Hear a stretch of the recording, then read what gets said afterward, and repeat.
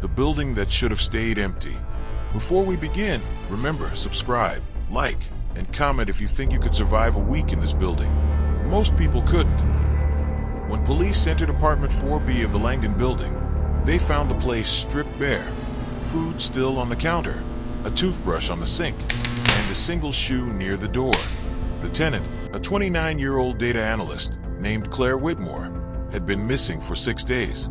The last footage of her showed her leaving her apartment at 2:47 a.m., barefoot, eyes wide open, looking terrified. The hallway camera froze seconds later.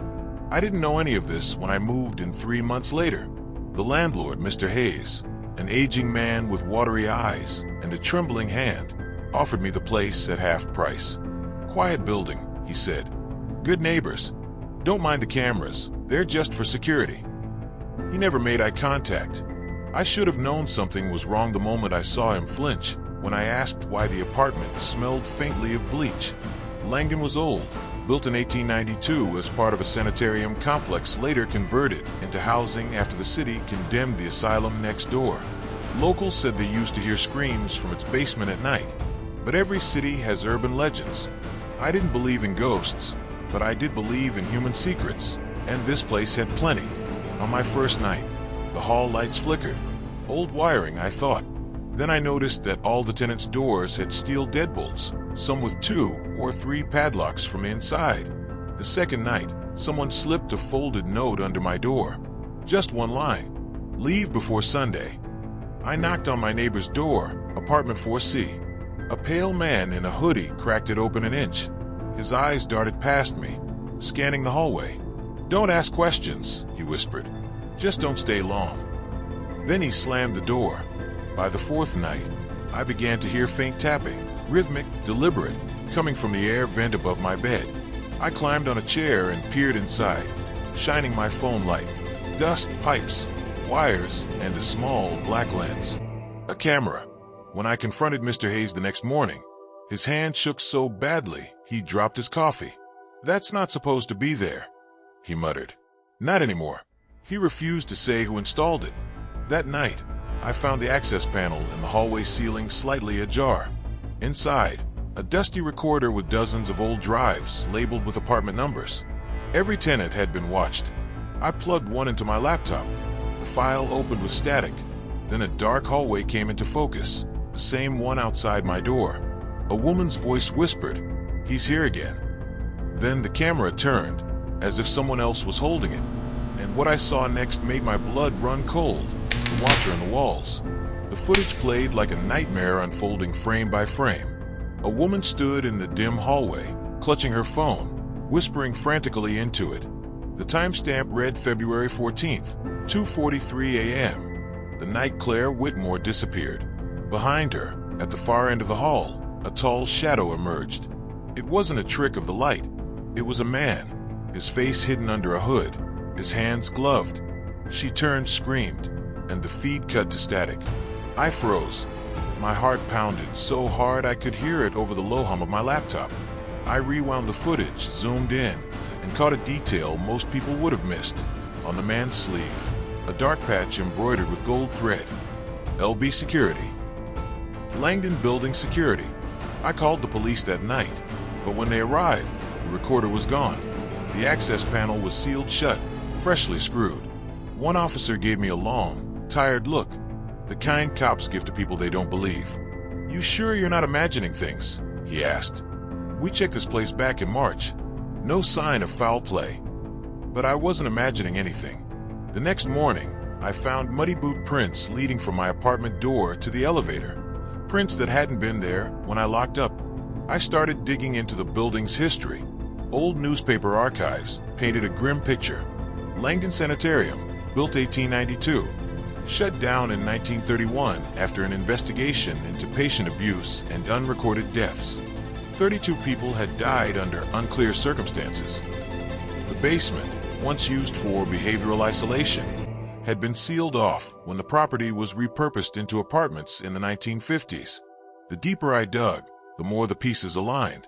Every missing tenant had lived on the 4th floor. Every case file mentioned late-night disturbances, complaints about maintenance men entering without notice, and and electrical outages the night before they vanished. By the 6th day, I stopped sleeping. Every creak sounded like footsteps. I kept my phone camera recording all night. At 3:11 a.m., I caught something. The hallway lights flickered, and for a fraction of a second, a figure appeared, standing motionless right outside my door. Same height, same hood. He stayed there for nearly a full minute, silent, before leaning close to the peephole. I paused the recording, zoomed in, and my stomach dropped. It wasn't a man. It was Mr. Hayes, the landlord. The next morning, I went straight to his office on the first floor. The door was unlocked, the air stale with mold and coffee. His desk was covered in old security reports, tenant contracts, and one file sitting on top labeled New Tenant for B. My name was written in red ink across it.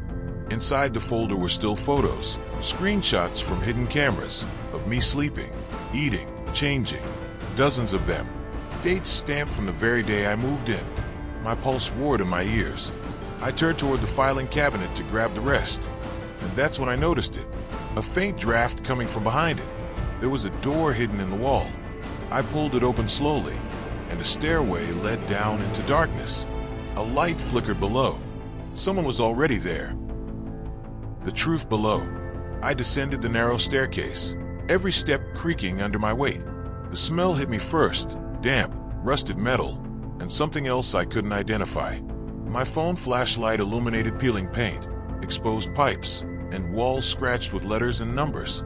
It looked like someone had been keeping track, marking time maybe. At the bottom, the hallway stretched into a long, low-ceiling corridor. A faint humming filled the air, rhythmic, mechanical. I followed it, careful not to make a sound. That's when I saw them. 3 figures sitting in metal chairs, tied and blindfolded. One of them looked up as I froze in shock. It was the previous tenants, Claire Whitmore, the young man from 4C, and a woman from 4D. All alive, trembling, whispering incoherently. A door creaked behind me, and I spun around. Mr. Hayes stood there, calm as if he'd been expecting me. "You finally found them," he said softly, almost proudly. I didn't want to hurt anyone. I just wanted to see what they'd do. I couldn't process it. What is this?" My voice shook. "This building," he began, pacing slowly, "was never meant to be apartments. It was built on the old Langdon Sanitarium grounds, where they experimented with isolation. I just continued the tradition in my own way. People disappear here because they are curious, observant. They notice things. They look too close, and curiosity has consequences." I glanced at the tenants. Their eyes pleaded silently. The blindfolds obscured fear, but their hands were raw from ropes digging into their wrists. My mind raced. This wasn't supernatural. This was control, observation, psychological terror. Hayes had studied them, monitored every move, encouraged paranoia, and only brought them down when the pressure was unbearable. I felt my phone buzz in my pocket. I'd forgotten to stop the live recording. In real time, the hallway cameras transmitted everything. My footage was now a confession. He noticed immediately and lunged toward me. I ducked, grabbed one of the chairs, and shoved it against the doorway. He cursed, retreating a few steps. That's when the tenants started screaming, kicking at the ropes. I ran to the nearest chair, yanked Claire free, and then the others. Adrenaline surged. We stumbled up the stairs, Hayes behind us, trying to grab anyone who got ahead. By the time we reached the lobby, I saw the flashing lights of police cars. Someone had called 911 after noticing lights flickering, cameras live, and screams muffled through the walls. Hayes didn't fight the police. He simply stood there, smiling faintly, as if proud of his experiment. In court, the media dubbed him the Langdon Watcher. Every detail of his actions, surveillance, manipulations, isolations, was documented and aired. The building was sealed off permanently. But the final twist came months later. The authorities discovered dozens of hidden recordings, tapes of people who had lived in Langdon decades before, long before the recent tenants. And on one tape, a date scrawled in the corner, 1930. The man in the footage? An older gentleman wearing the same gold-embroidered patch as Hayes. Someone had been continuing this cycle for nearly a century. Langdon wasn't just haunted by spirits. It was haunted by human obsession. They thought the missing tenants were gone forever, but the truth proved darker. Langdon had always been a predator in plain sight. If you think this story was intense, hit subscribe, because the next one will make this look like a bedtime tale.